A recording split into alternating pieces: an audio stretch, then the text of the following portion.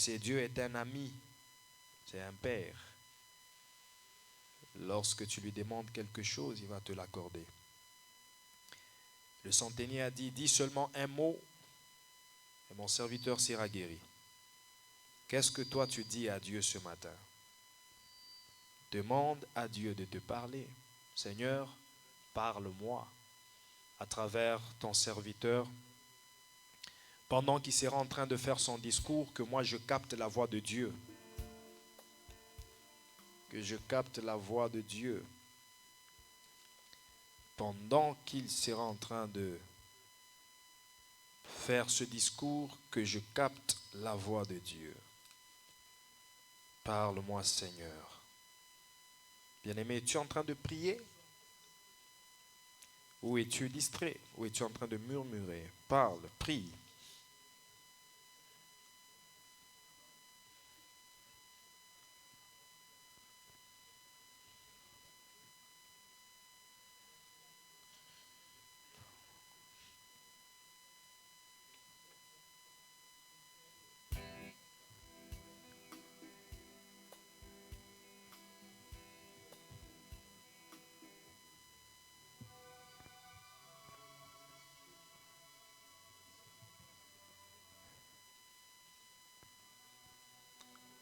Au nom de Jésus. Père, merci pour tout. Merci pour ta vie. Merci pour ces instants merveilleux. Merci pour ton amour envers nous. Merci pour la grâce que tu nous témoignes encore ce matin d'être comptés parmi les survivants. Et merci aussi pour cet avant-dernier dimanche du mois de septembre, d'octobre. Merci Seigneur pour l'acheminement de ce mois. Merci pour tout ce que tu as fait et pour tout ce que tu continues à faire. Père, nous te rendons grâce et nous te retournons toute la louange dans le précieux et glorieux nom de Jésus. Notre prière est que tu nous parles, que la sémence de ta parole soit plantée, sémée dans nos cœurs, afin de nous donner la vie. Parce que ta parole donne la vie.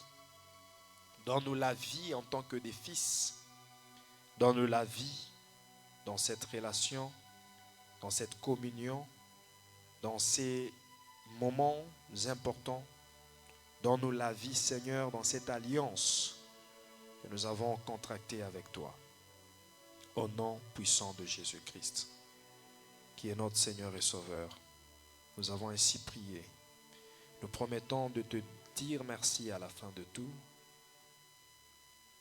parce que nous reconnaissons que c'est toi qui as tout fait. C'est toi qui as dirigé le début et la fin de ce culte. C'est ton onction qui nous a fait travailler. C'est par toi que nous avons pu comprendre la parole. C'est par ta volonté que cette parole peut produire des résultats dans nos vies. Nous le croyons. Voilà pourquoi nous te rendons grâce au nom de Jésus. Amen. Acclamons le Seigneur.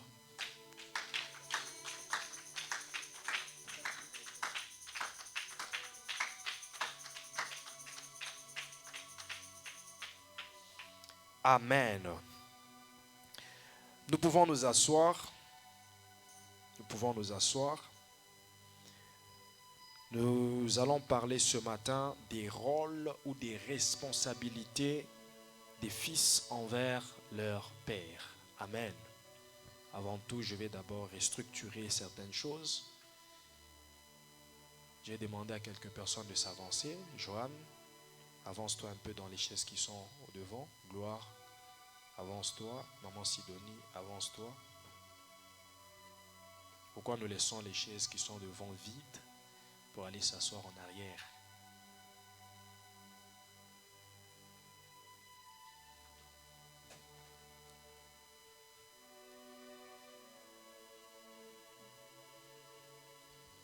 Les chaises qui sont en arrière sont réservées aux retardataires et aux parents qui ont des enfants. Ouais, celle-là te va très bien. Celle-là te va très bien, Joanne. Amen. Je disais qu'on allait parler des responsabilités des fils envers leur père. Et je vais donner 2 responsabilités ce matin. 2 rôles.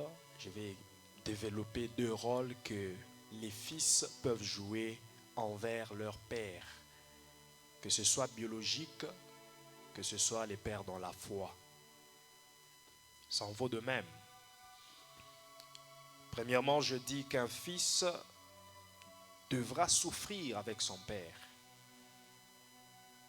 Nous sommes en train de parler de la paternité et du bonheur. Et dans la relation père-fils, le père doit transmettre le bonheur à ses fils. Le père a un héritage à transmettre à ceux qui sont affiliés à lui. Et cet héritage-là, nous l'appelons le bonheur. Le père doit travailler afin de procurer un bien-être à ses fils. Nous avons vu les responsabilités qu'a le père en face de ses fils. C'est que le père doit faire pour ses fils. Mais il est aussi important que les fils puissent connaître quels sont les rôles qu'ils ont à jouer pour leur père. Les enfants ont aussi des responsabilités. Dans le cours de civisme, de morale, à l'école, on disait que ce sont les devoirs des enfants envers leurs parents. Les fils ont des rôles qui ne sont pas des rôles à négliger. Ce sont des rôles très importants car ils peuvent permettre aux fils de recevoir le bonheur qui vient du Père. Donc vous comprendrez que beaucoup de fils se sont fait manquer le bonheur parce qu'ils n'ont pas joué leur rôle, parce qu'ils ne se sont pas tenus à leur place en tant que fils pour faire ce qu'ils étaient appelés à faire. C'est ainsi qu'ils sont passés à côté du bonheur. Mais gloire soit rendue à Dieu qui permet que tu écoutes ces choses afin que tu ne passes pas à côté de ton bonheur. Car il y a une récompense qui vient du Père. Il y a un bonheur qui ne passera que par le canal du Père. Tu peux trouver le bonheur partout ailleurs, mais le bonheur du Père, tu ne l'auras qu'à travers ton Père. La bénédiction du Père, tu ne l'auras pas ailleurs. Je suis en train de dire que c'est possible d'être béni ailleurs. C'est possible d'aller trouver la joie ailleurs, de trouver le bonheur, d'être dans le bien-être, mais ailleurs. Et ce bien-être qu'on trouve ailleurs ne sera pas semblable ni mesurable à celui qui vient du Père. Car aussi longtemps que tu seras heureux sans être en bon terme avec ton Père, ton cœur sera toujours dans l'amertume. Il y aura toujours quelque chose qui te dérangera en toi. Quelles que soient les années qui se passeront, quel que soit le nombre d'années qui passeront, aussi longtemps que tu n'es pas en bon terme avec ton Père, il y a toujours quelque chose qui clochera dans ta vie. Si déjà pour un frère, on se sent mal à l'aise d'être en conflit, à combien plus forte raison pour un parent? Si déjà quand tu ne t'entends pas avec un frère, ça te met mal à l'aise, ça te poursuit partout où tu iras, tu sais que tu as une dette dans ton cœur, une personne que tu n'as pas pardonnée, une personne à qui tu n'as pas demandé pardon, cela te culpabilisera jusqu'à ce que tu répares. Si cela est le cas pour un frère, à combien plus forte raison pour un père? Jacob avait de l'amertume dans son cœur. Jacob avait une culpabilité dans son cœur. Oui, c'est vrai que c'était le plan divin. C'était le plan de Dieu que la bénédiction puisse tomber sur Jacob. C'était le plan de Dieu, car Dieu avait déjà prédit cela, que le cadet sera l'aîné. C'était le plan de Dieu que Jacob puisse ravir le droit d'aînesse. Mais malgré cela, Jacob avait de l'amertume dans son cœur. À cause du fait qu'il a volé le droit d'aînesse et qu'il a volé la bénédiction de son frère, il était coupable dans son cœur jusqu'à ce qu'il répare avec Ésaü. Devenu grand et très grand, devenu âgé, avec des femmes, des enfants et des biens, il promenait cette dette, ce fardeau dans son cœur, jusqu'à ce qu'il s'est dit, je ne peux pas continuer à vivre comme ça. Je ne peux pas attendre la fin de ma vie avec cette culpabilité dans mon cœur. Je ne peux pas attendre que Dieu m'enlève de cette terre sans pour autant avoir réparé avec Ésaü, mon frère. Il est allé vers Ésaü pour réparer. Si pour un frère, quelqu'un peut se sentir aussi mal à l'aise, à combien plus forte raison pour un père? Toi qui vis ta vie au loin de tes parents, sans tenir compte d'eux. Toi qui te dis, on s'est séparés, c'est fini, qu'ils fassent leur vie et je fais ma vie. Tu n'es pas en train de te rendre compte combien tu es maudit. Tu n'es pas en train de te rendre compte combien tu manques la bénédiction d'un père. La bénédiction d'un père est précieuse. La bénédiction d'un père est quelque chose à rechercher. C'est précieux. Même si tu n'as rien à lui donner, et fais tout pour être en bon terme avec lui.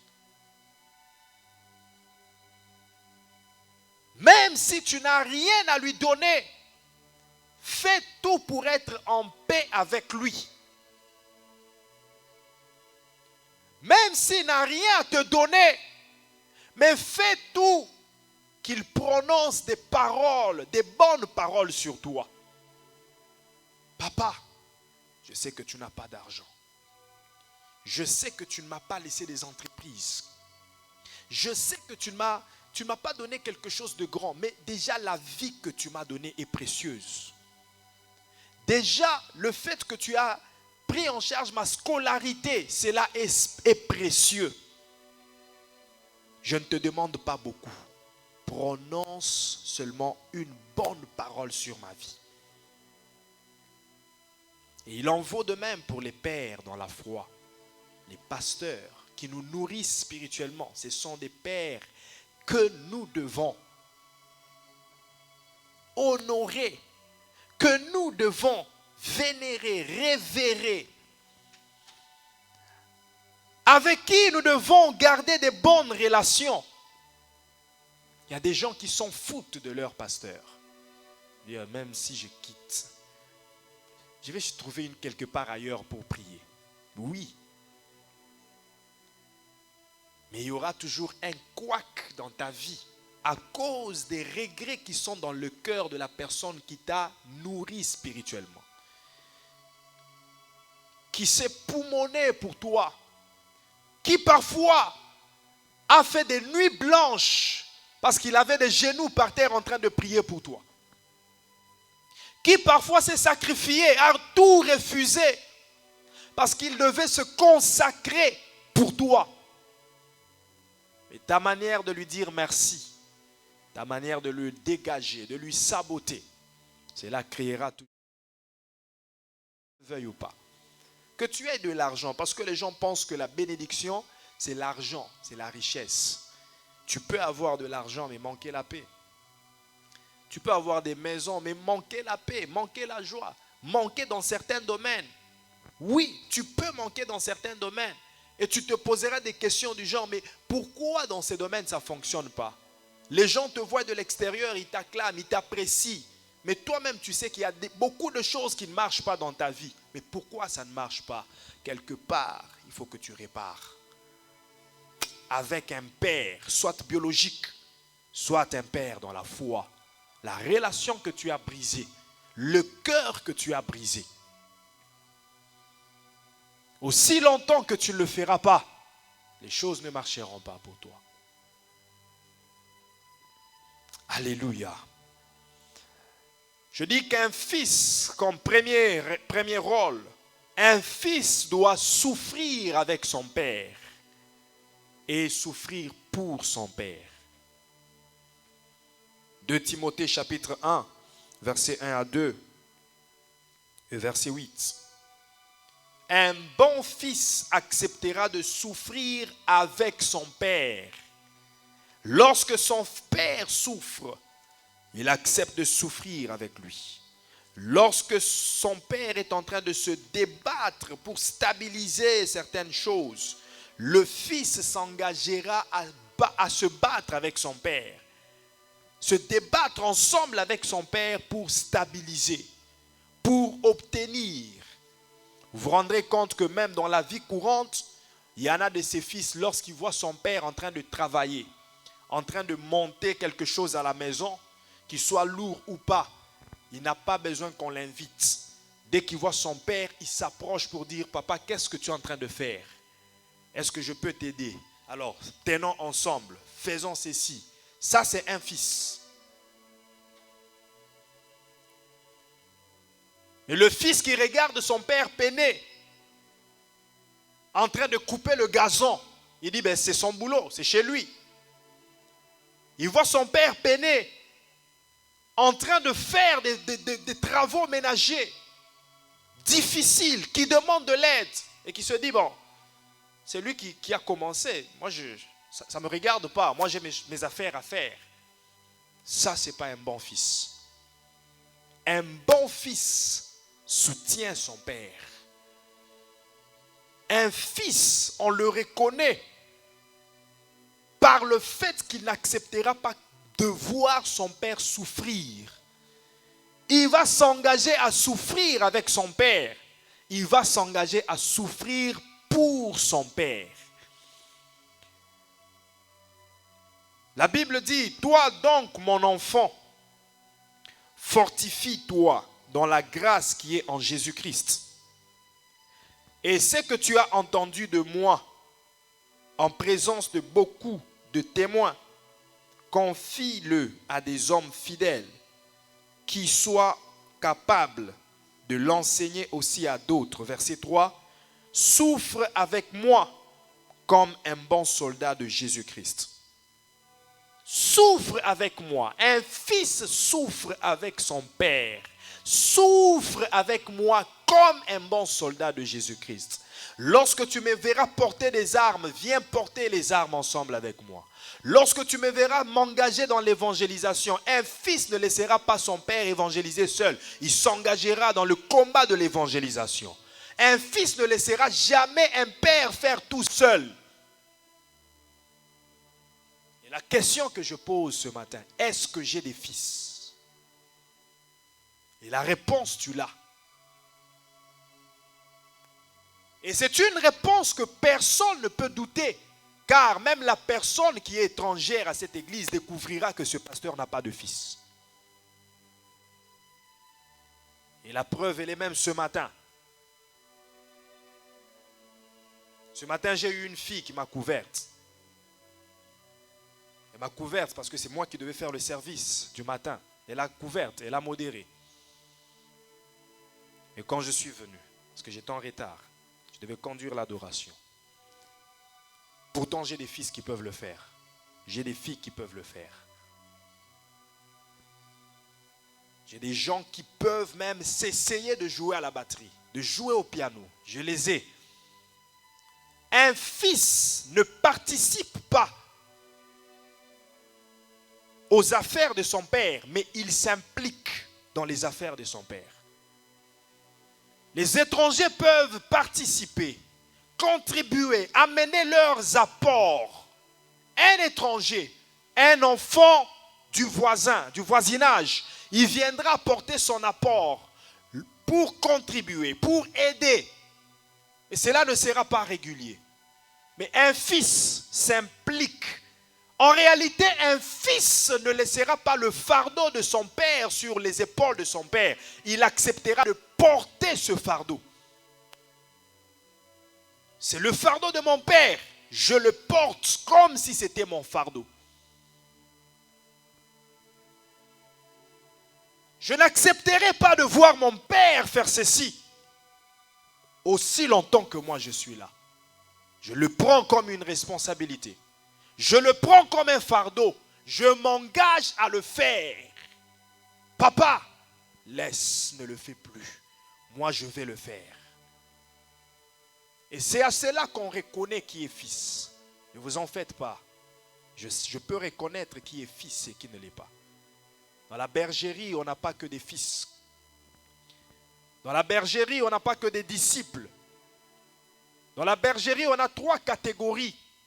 On a la foule, on a les disciples et on a les apôtres, les leaders.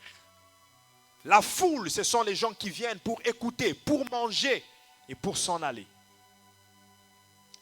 Les disciples, ce sont les gens qui suivent le maître, qui apprennent et qui un jour deviennent des leaders pour diriger aussi. Ça veut dire c'est le profil de leur père. Comme je l'avais dit le dimanche passé, un père, c'est celui qui engendre. Et engendrer, c'est donner naissance, c'est produire un semblable à soi-même. Et les disciples, ce sont les enfants que le Père engendre et il fait d'eux un semblable à lui, afin qu'ils continuent l'œuvre de leur Père. Ils apprennent du Père et ils continuent à faire ce que le Père faisait. C'est ça, les fils. La foule n'est pas constituée des fils. La foule, ce sont les gens qui viennent pour les miracles. Ce sont les gens qui viennent demander de l'aide. Ils viennent pour manger. La foule réclamera le miracle et non la parole. Mais les disciples réclameront la parole. Car quand Jésus parle en parabole, la foule ne comprend pas, les disciples ne comprennent pas. Mais les disciples ne se tairont pas. Ils ne resteront pas avec cette parabole incomprise. Ils chercheront le maître après pour lui dire que signifie cette parabole. Ça démontre que les disciples ont soif de la parole. Un fils souffre avec son père. Il souffre pour son père. Et l'Église doit être constituée des fils. Les gens qui s'engagent à porter le fardeau de leur père. Malachie chapitre 1 verset 6. Si je suis un père pour vous, où est l'honneur que vous me donnez? Et si je suis un maître pour vous, où est la crainte que vous avez pour moi? Où est la crainte? Où est la crainte que vous avez? Où est l'honneur que vous me rendez? Si je suis un père, un fils souffre avec son père.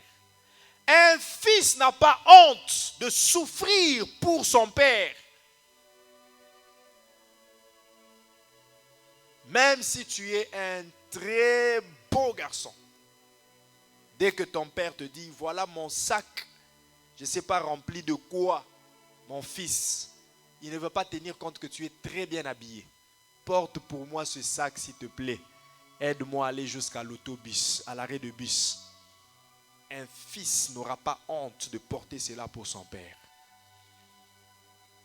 Un fils ne sera pas en train de bouder, père, petit bazar, charisme.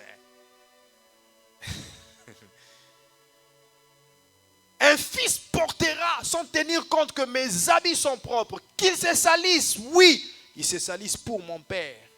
Ce qu'il a fait est très grand que ce que moi je suis en train de faire pour lui. Un fils n'aura pas honte de son père, de montrer aux gens que c'est celui-là qui est mon père. Même si son père est chétif que lui. Même si son père est dévisagé, n'a pas un bon visage que lui. Même si son père n'a pas une belle apparence que lui. Même si son père n'a pas beaucoup étudié comme lui. Mais parce que c'est son père, il ne n'aura pas honte de dire, c'est celui-ci mon père. Il n'aura pas honte. J'ai lu une histoire d'une femme qui avait un visage, je sais pas, je me rappelle plus, c'était le visage qui était défiguré ou je sais pas quoi. Elle avait un défaut corporel remarquable, très remarquable. Et ça faisait que à chaque fois qu'elle allait déposer sa fille à l'école, la fille avait honte de sa mère. Jusqu'à ce que la fille a demandé à maman de ne pas aller la déposer. Pourquoi tu ne veux pas que j'aille te déposer? Non, maman, je suis capable d'aller seule. Demande à une autre personne d'aller me déposer. La mère a respecté. Et pourtant, la fille avait honte que ses amis voient que c'est celle-là, sa mère. Elle avait honte lorsqu'elle a grandi.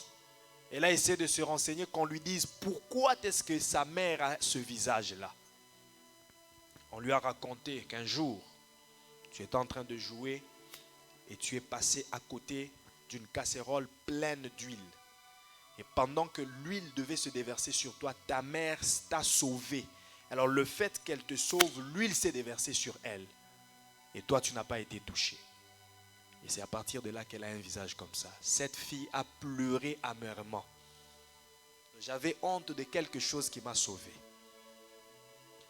J'avais honte de celui qui m'a protégé pour que je ne meure pas, pour que je n'aie pas ce visage défiguré. Normalement, c'est moi qui devais être comme ça. Mais elle a porté ça pour moi. Et voilà, j'ai honte de lui.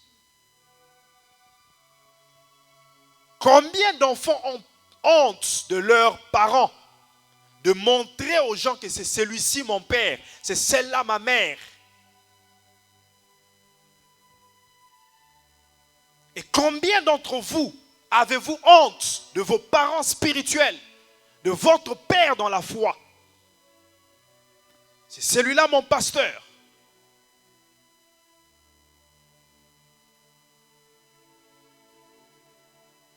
Et pourtant, ce que vous êtes, ce sont les souffrances qu'il endure. Ce que vous êtes, ce sont les peines qu'il porte de nuit tout comme de jour. Qu'il le veuille ou pas, le sacrifice du ministère l'appelle. Et ce sont des gens comme ça que nous n'honorons pas, que nous ne vénérons pas. Si je suis un père pour vous, où est l'honneur que vous me rendez? Verset 8. Souviens-toi de Jésus-Christ, issu de la postérité de David, ressuscité des morts selon mon évangile, pour lesquels, verset 9, pour lesquels je souffre jusqu'à être lié comme un malfaiteur. Mais la parole de Dieu n'est pas liée. Un fils souffre avec son père. Un fils souffre pour son père. En réalité, un fils doit donner du repos à son père. Un vrai fils laisse son père se reposer. Père, il n'est plus à toi de faire ce que tu es en train de faire. Je vais m'en occuper. Mais tu ne sais pas le faire. Même s'il faut apprendre, j'apprendrai pour que toi tu te reposes.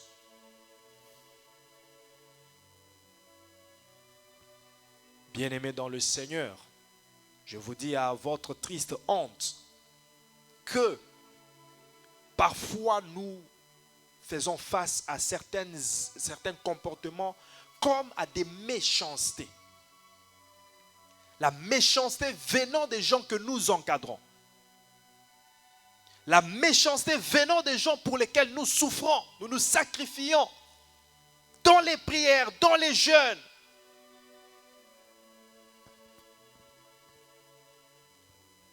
Des gens qui, lorsqu'ils ont besoin de l'aide, ils viendront, te dérangeront, te suceront toute ton énergie. Mais ils ne te rendront jamais l'ascenseur. C'est ça. C'est ça les fidèles d'aujourd'hui. C'est ça les fidèles de l'église. Pasteur, j'ai un problème. N'interviens pas dans son problème. Et vois comment est-ce qu'il se fâchera contre toi. Il ne viendra plus à l'église. Il fera toutes sortes de discours. Parce que tu dois être à sa disposition, à son service. Mais quel est l'ascenseur que tu me rends? Quel est l'ascenseur que tu me rends? C'est à cela qu'on reconnaît qui est fils. C'est à cela qu'on reconnaît qui est fils. C'est lui qui sait rendre, retourner l'ascenseur. C'est lui qui sait reconnaître le travail qui est en train de se faire dans sa vie. C'est lui qui sait reconnaître la paternité de son père. C'est mon père et je dois le respecter.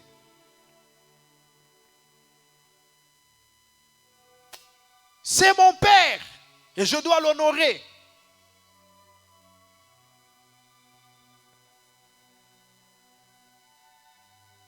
Et ne t'abuse jamais, jamais au plus grand jamais.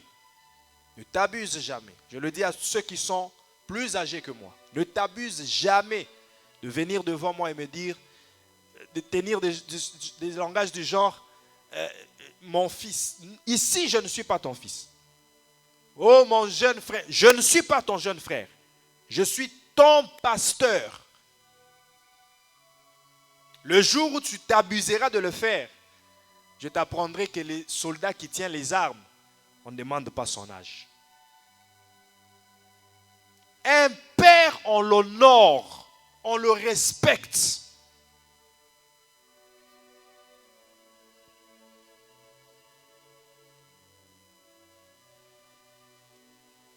Parce que lorsque je prie pour que la bénédiction vienne, là tu demandes l'âge.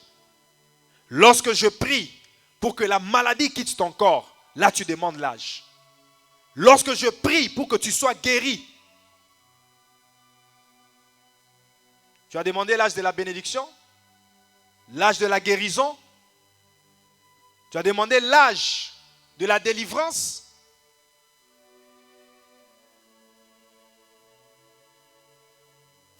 Ça, c'est l'ignorance. L'ignorance. Et mon peuple périt parce qu'il lui manque la connaissance. Le manque de respect de ces principes fait que beaucoup de gens ne peuvent pas exceller, ne peuvent pas aller de l'avant. Il y a des gens qui sont morts avec des ministères en eux. Pourquoi? Parce que Dieu l'a mis sous la disposition d'une autre personne qui peut être moins âgé que lui, mais afin qu'il le performe dans le ministère. Mais il ne le respecte pas. C'est ainsi qu'il voit son ministère n'est pas excellé. Et pourtant, la personne qu'il prétend être moins âgée que lui a les atouts, a tout ce qu'il faut pour performer son ministère, le booster et le laisser aller de l'avant. Et à cause de l'ignorance, il sera en train de tourner en rond. Parce qu'il ne respecte pas la paternité. Matthieu chapitre 10, verset 41. Celui qui accepte, qui reçoit un prophète en sa qualité de prophète, recevra aussi la récompense du prophète. Celui qui reçoit un prophète en sa qualité de prophète. Ce verset veut dire quoi? Un prophète peut avoir plusieurs casquettes. Un prophète peut avoir plusieurs qualités. Mais il y a une qualité qui s'appelle qualité de prophète. Mais il y a une autre qualité qui peut être la qualité de père. Il y a une autre qualité qui peut être la qualité de frère. La qualité d'ami. Il peut avoir plusieurs casquettes. Le même prophète peut être ton frère et ton petit frère. C'est celui qui vient peut-être 3 personnes après toi. Et c'est lui qui est le prophète. Ce prophète peut être un ami, un collègue de classe. Vous avez triché ensemble avec lui à l'école. Et c'est lui qui est prophète. Ce prophète peut être un voisin, une connaissance du quartier. Tu l'as vu grandir dans ton quartier, mais c'est lui qui est prophète. Si tu considères toutes ces casquettes, amis, petits frères, tu ne recevras jamais la récompense qui viendra de ce prophète. C'est quand tu commences à le considérer comme prophète que tu recevras le bonheur du prophète. C'est quand tu le reçois comme père que tu reçois le bonheur du père.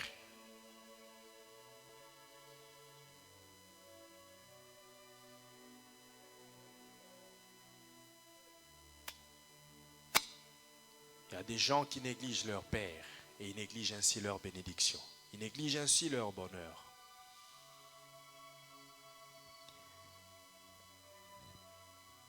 C'est peut-être parce que il y a un père qui est vivant que tu ne le prends pas en considération. Toi qui as encore les parents vivants, ne les néglige pas. Va demander à ceux qui ont perdu leurs parents, ils ont besoin qu'ils reviennent à la vie pour qu'ils les reconsidèrent encore. Ils peuvent te dire qu'est-ce que c'est que manquer un père.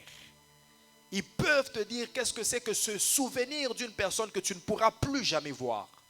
Ils peuvent te dire la souffrance qu'il y a dans le cœur quand tu penses que cette personne, je l'aimais, il m'aimait, mais je ne peux plus lui parler. Tu négliges ton père, mais le jour où il ne sera pas là, tu sauras de quelle valeur il était. Tu négliges ta mère, le jour où elle ne sera pas là, tu sauras de quelle valeur elle était. Considère-les de leur vivant. Considère-les de leur vivant. Pendant qu'ils sont en vie, fais tout ce qu'il faut pour qu'ils sachent que tu les aimes. Fais tout ce qu'il faut pour qu'ils sachent que tu les respectes, tu les honores. Il en vaut de même pour les pères dans la foi. Deuxième devoir, deuxième responsabilité, deuxième rôle d'un fils. Un fils continue l'œuvre de son père. En souffrant avec le père, en portant le fardeau qui est celui du père, un fils doit s'assurer que l'œuvre que mon père a commencée doit continuer. Je vous dis, beaucoup d'entreprises ont cessé d'exister parce qu'il y a des fils qui n'ont pas intégré la vision de leur père. Même ici au Canada. Ça pouvait être des grandes entreprises, plus que McDo, plus que Canadian Tire, plus que je ne sais pas quoi. Il a commencé bien sa vision. Il a très bien commencé. Il a commencé. Mais arrivé à un certain âge, il n'a pas quelqu'un à qui laisser.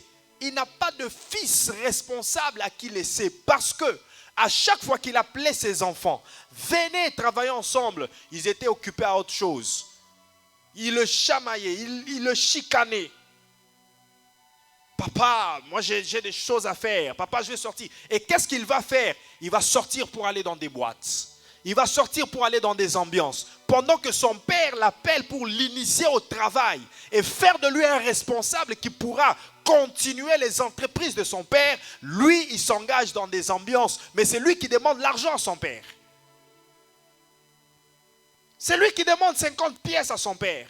Et tout ce qu'on lui donne, il va gaspiller cela dans les ambiances. Lorsque ce père sera fatigué, il n'aura personne à qui léguer les entreprises. Et c'est comme ça que l'entreprise mourra.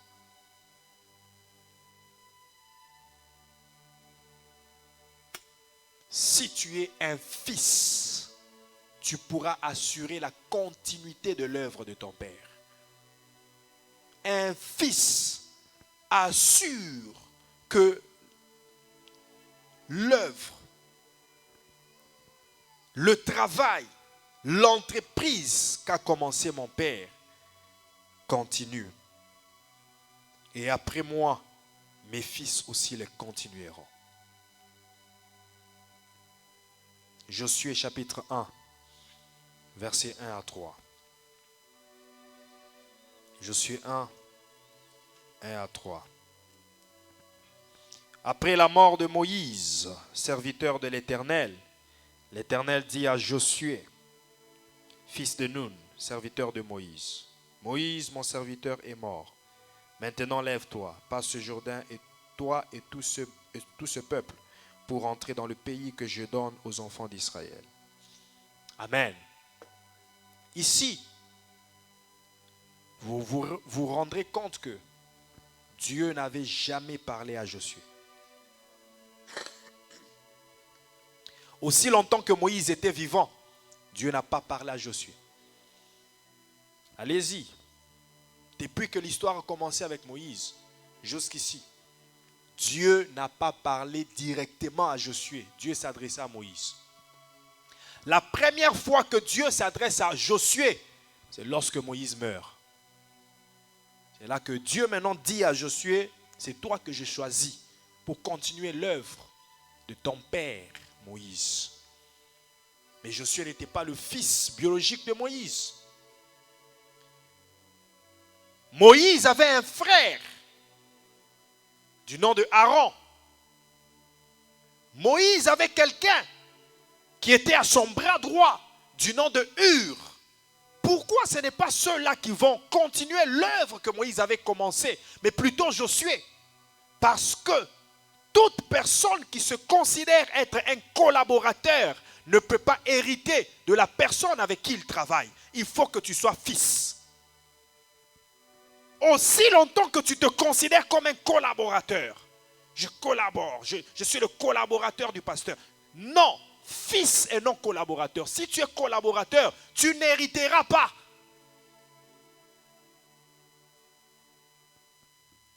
Le sacerdoce n'a pas été donné à Aaron et à ses amis ou à ses contemporains. Le sacerdoce a été donné à Aaron et à ses fils. Pour qu'ils soient lévites, pour qu'ils soient ouvriers, pour qu'ils soient des aides, les aides du sacrificateur, il fallait qu'ils soient issus de la tribu de Lévi. Il fallait qu'ils soient des fils d'Aaron.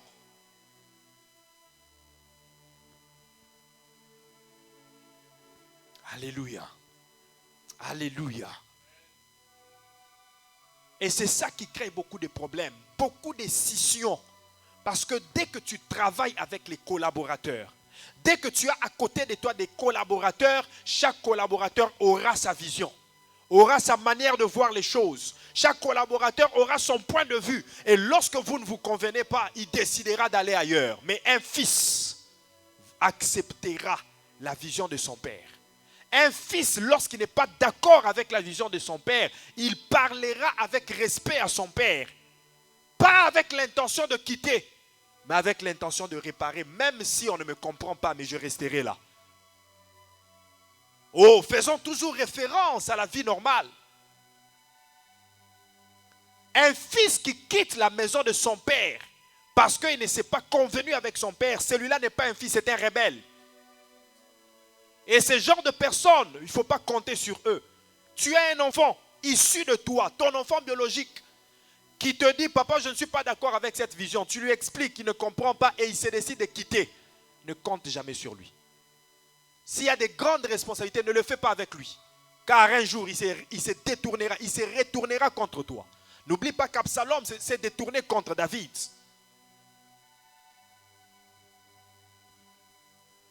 Et ces genres d'enfants comme Absalom, ce n'est pas des enfants à qui David peut donner la royauté.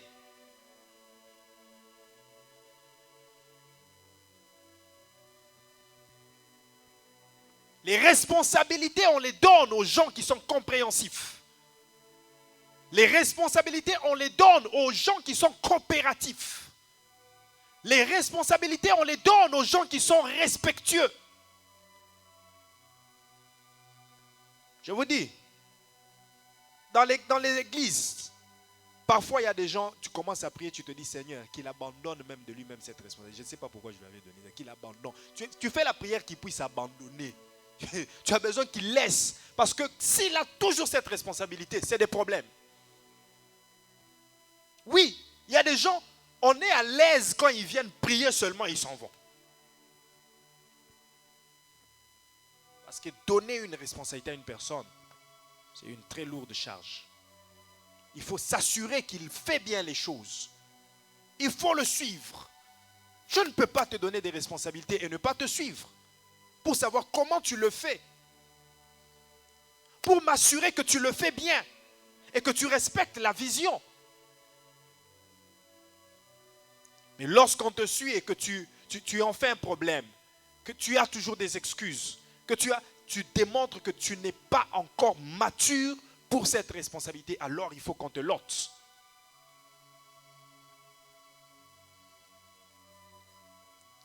Les fils sont des gens qui apportent la réussite dans l'œuvre qu'a commencé leur père. Comment un père peut-il te confier une responsabilité? Après 2 mois, il se rend compte qu'au lieu que ça augmente, ça ne fait que diminuer. Au lieu que ça progresse, ça ne fait que tourner en rond. On te donne une commission, un département à l'église. Gère l'intercession, gère la chorale. Après 2 ans, après 2 mois, on se rend compte qu'il n'y a pas d'évolution. Ça rejoint le premier point dont je parlais. Un fils souffre avec son père. Vous vous rendrez compte que jusqu'aujourd'hui, je dirige la chorale. Jusqu'aujourd'hui, je dois venir jouer au piano et chanter. Et ça prouve que je n'ai pas de fils. Est-ce que je ne l'ai pas encore confié aux gens? Si. Mais quand je reviens, je me rends compte qu'il y a toujours des lacunes. Il n'y a rien qui se passe. Même les répétitions, il faut que je suive. Toujours des excuses. Je ne serai pas là. Je ne vais pas être là. Mais ailleurs, on est là. On se sacrifie pour autre chose. On se donne corps, âme, esprit pour autre chose. C'est parce qu'on n'a pas la compréhension que cette œuvre, c'est l'œuvre de Dieu. Elle peut nous bénir.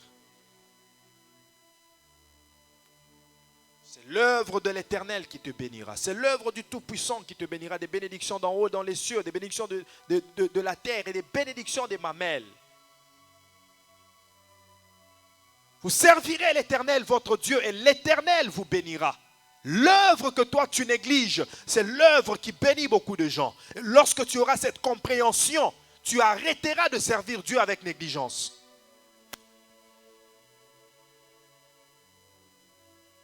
Ou sinon, tu n'es pas un fils. Tu es encore un membre de la foule.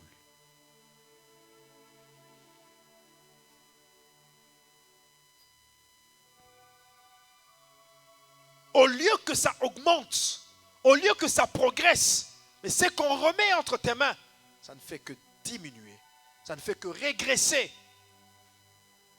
Ça prouve que tu n'es pas un bon fils, et moins encore un bon serviteur. Car les bons serviteurs, ils multiplient les 5 talents pour qu'ils en deviennent 10. Ils multiplient les 2 talents pour qu'ils en deviennent 4. Mais le mauvais serviteur s'en ira pour cacher le talent. Cacher le talent. Un jour, Dieu te demandera le don qu'il a mis en toi. Ce don-là de prophétie, ce don d'intercession, le don qu'il a mis en toi, ce don-là de prier pour les gens, le don de bien parler, le don d'évangélisation, le don qu'il a mis en toi de jouer aux instruments, de chanter. Il te demandera, pourquoi est-ce que je t'avais donné ces dons? Qu'est-ce que tu en as fait? Et tu ne seras pas différent de ce serviteur qui est allé cacher le talent. Car ce que tu fais, c'est cacher le talent. Tu es en train de cacher le talent. Pendant que Dieu en a besoin pour qu'il multiplie, tu es en train de cacher le talent. Tu les caches. Et tu les caches par tes justifications, par tes excuses. Je n'avais pas le temps. J'ai dormi en retard. J'ai travaillé le soir. J'ai travaillé. Mais tu ne te poses la question, tu ne te poses pas la question, ceux qui servent, ont-ils seulement tout le temps à servir ou ont-ils d'autres choses à faire? Et comment ils font pour rejoindre tout ce qu'ils font et le service de l'Éternel? Et s'ils le font, c'est possible que moi aussi je le fasse. C'est possible. C'est possible que je m'organise. C'est possible que je crée le temps.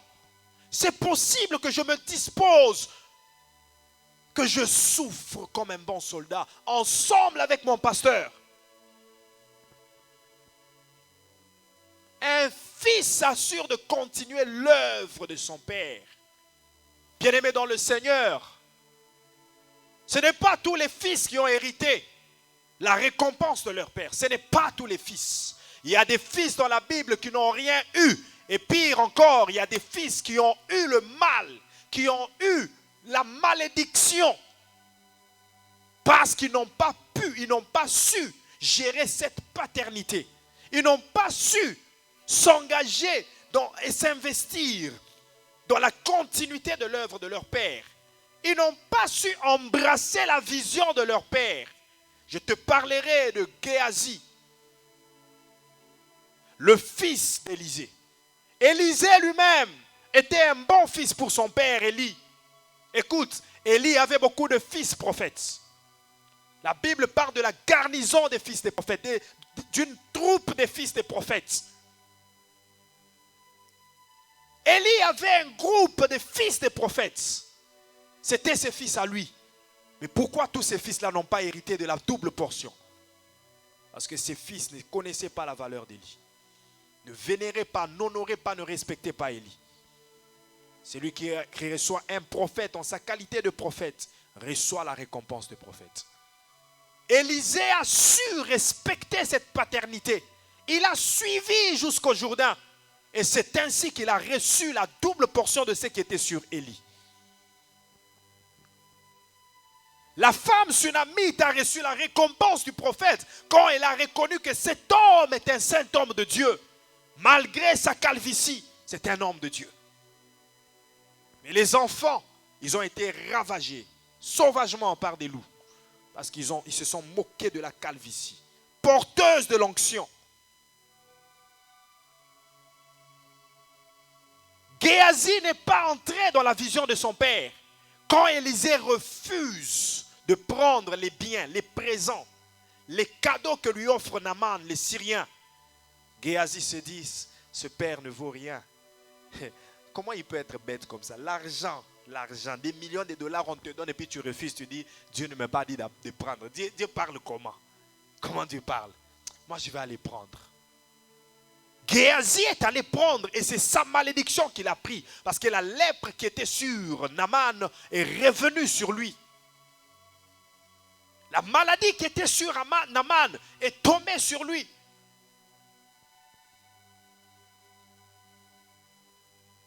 Il y a des fils qui récoltent des malédictions inutilement. Parce qu'il prend tout son temps pour calomnier son père dans la foi. Comment peux-tu calomnier celui qui te nourrit spirituellement, qui prie pour toi, qui t'impose les mains, qui te oint? Et c'est celui-là dont quand tu parles avec tes amis, tu le calomnies. Lui aussi, il croit quoi?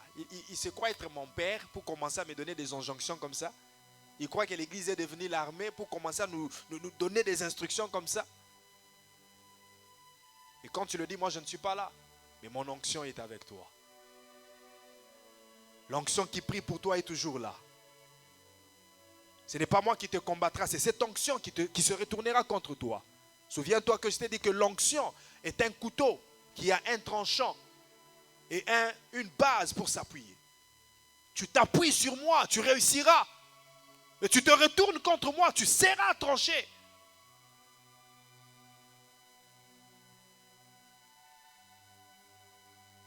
C'est lui qui insulte son pasteur. Et puis vient avec des fausses révérences, des hypocrisies. Bonjour pasteur, pasteur, je vous honore. Tu honores celui que tu as insulté. Celui que tu as calomnié.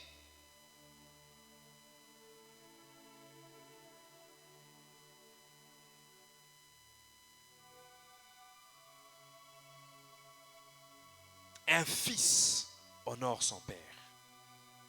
Un fils vénère son père. Écoute.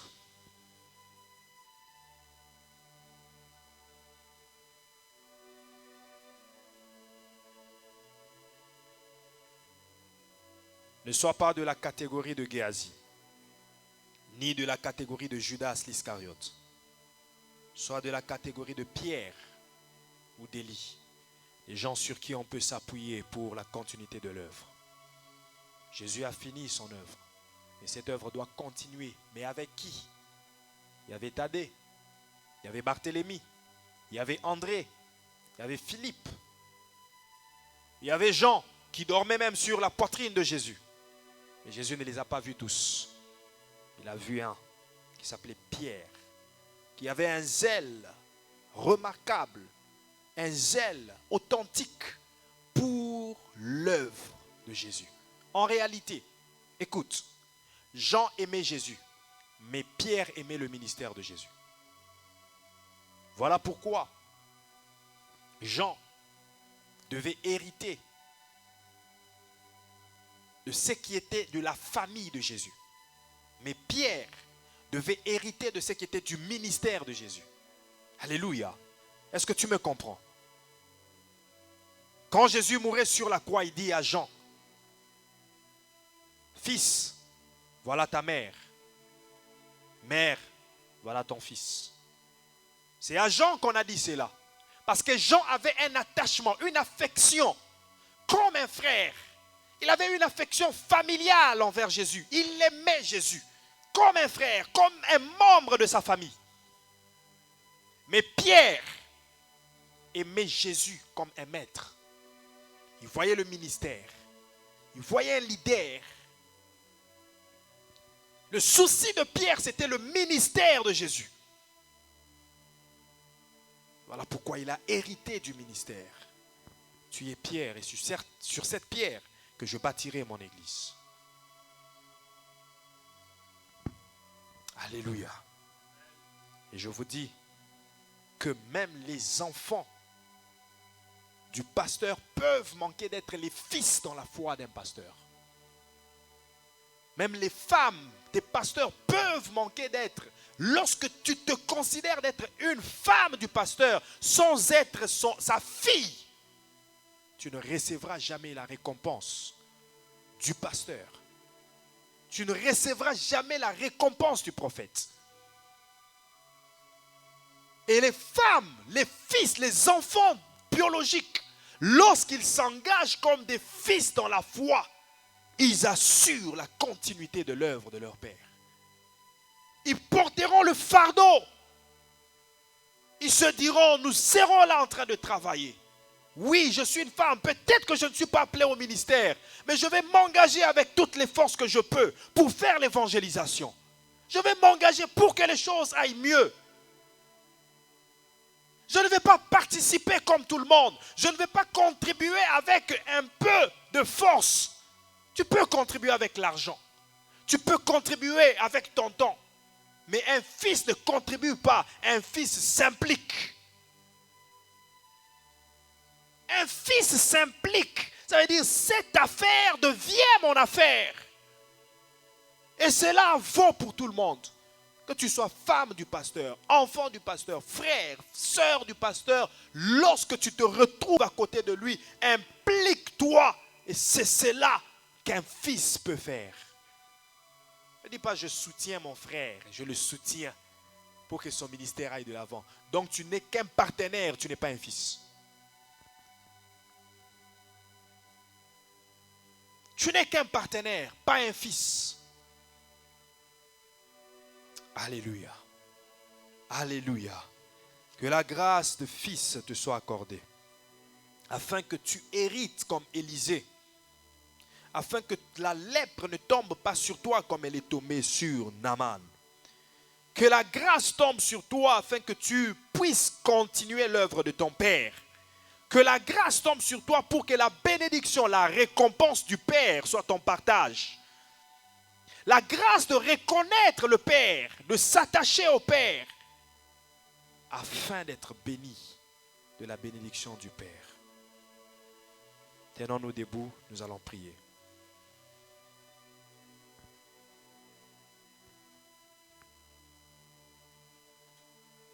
Rends grâce à Dieu et dis-lui merci pour sa parole.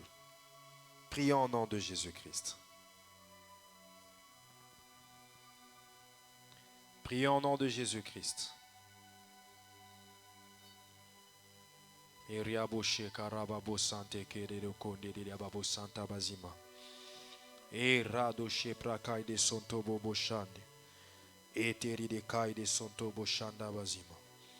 Indarabababababa. Koria baba shandeke.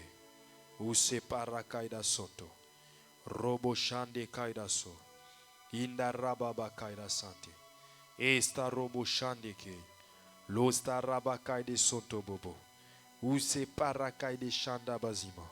Seigneur, merci pour ta parole. Maintenant, prie. Demande à Dieu, Seigneur, assure la bonne protection de la relation entre moi et mon Père, entre moi et mon pasteur, que cette relation soit protégée. Seigneur, assure-moi que cette paternité aille bien, que rien ne nous sépare, que rien de mal ne s'ingère entre moi et mon Père dans la foi. Seigneur éternel, protège cette relation qui me bénit. Prie, bien-aimé dans le Seigneur. Protège cette relation qui me bénit. Aussi longtemps qu'il me bénit, aussi longtemps qu'il est mon Père.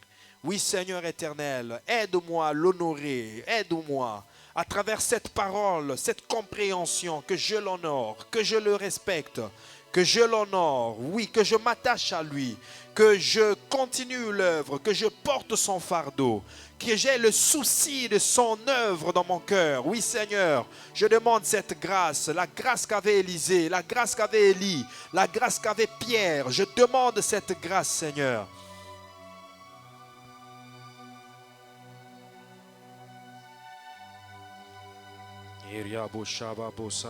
Prie. Indaraba kaide sotobo boshende kaida-so. Ise para kaide santa bazima. Koriaba shanda rabababababababa. Use para kaida soto. Et tu es en train de prier. Prie. Laisse que ton cœur parle à Dieu. Seigneur, il y a des relations que je ne peux pas briser. Il y a des relations que je ne devrais pas briser. Il y a des relations que je ne devrais pas briser. Il y a des relations que je ne devrais pas briser. Il y a des relations que je ne devrais pas briser. Robo Shandi.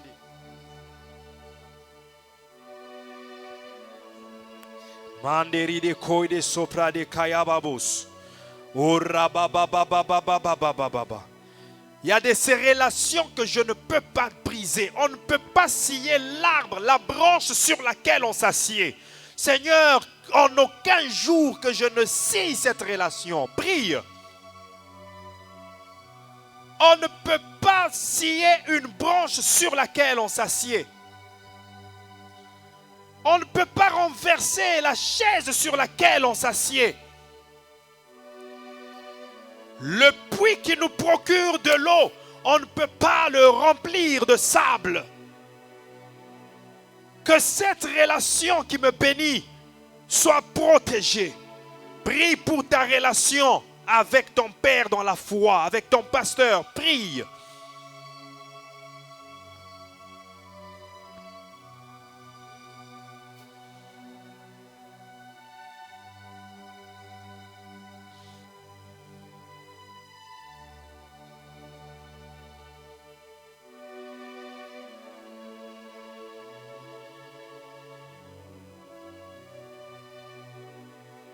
Commence à prier pour la réparation.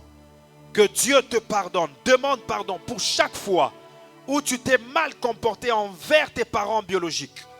Même s'ils ne sont plus en vie, tu as une culpabilité en toi à cause du mal que tu as fait à tes parents. Tu n'as pas eu l'occasion de réparer ce mal. Demande pardon à Dieu. Que le sang de Jésus te lave et te pardonne. Pour chaque fois où tu t'es mal comporté envers ton Père dans la foi, ton pasteur, demande pardon à Dieu. Si tes parents biologiques sont encore vivants, après ce culte, il faudra que tu les cherches. Appelle-les, cherche-les, demande pardon. Cherche ton pasteur, demande pardon. Répare la situation, répare la relation.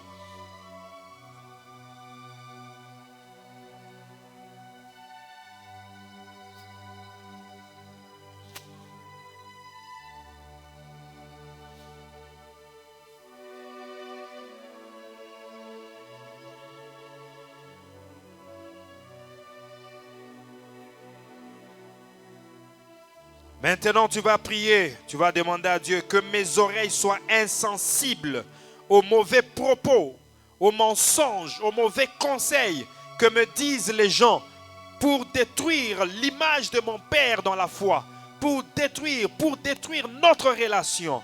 Demande à Dieu de fermer tes oreilles, que tes oreilles deviennent insensibles aux mauvais propos, aux mauvais conseils que les gens te disent, aux mauvaises influences qui te disent ne suis pas les pasteurs, ne suis pas ces gens-là.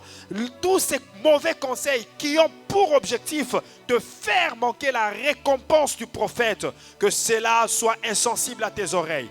Prie pour la protection de tes oreilles. Prie pour la protection de ton esprit. Prie au nom de Jésus-Christ.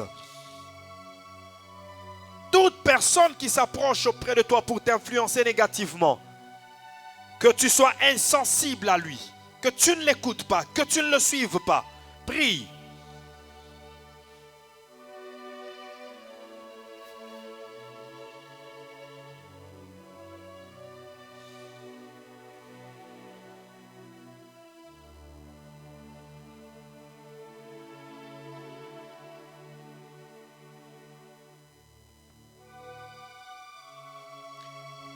Prie maintenant et demande la bénédiction du Père. Dis à Dieu, bénis-moi de la bénédiction du Père, car je suis un fils pour lui.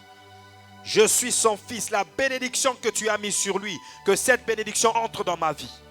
En l'appelant au ministère, tu lui as donné une provision des miracles. Tu lui as donné une provision des bénédictions. Tu lui as donné une provision de bonheur. Je veux la part, je veux ma part, car je suis un fils. Je veux ma part de ce bonheur, ma part de cette bénédiction, car je suis un fils, je suis une fille pour lui.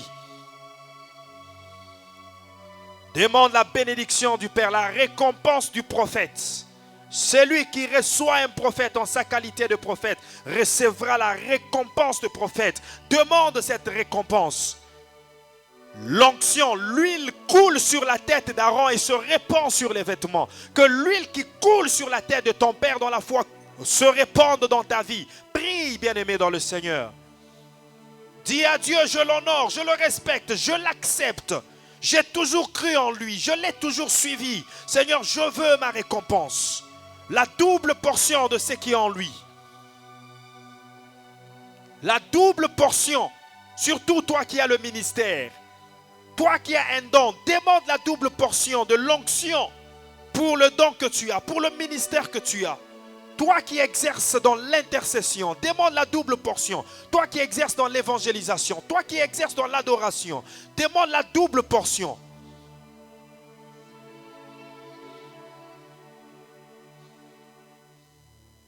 Prie.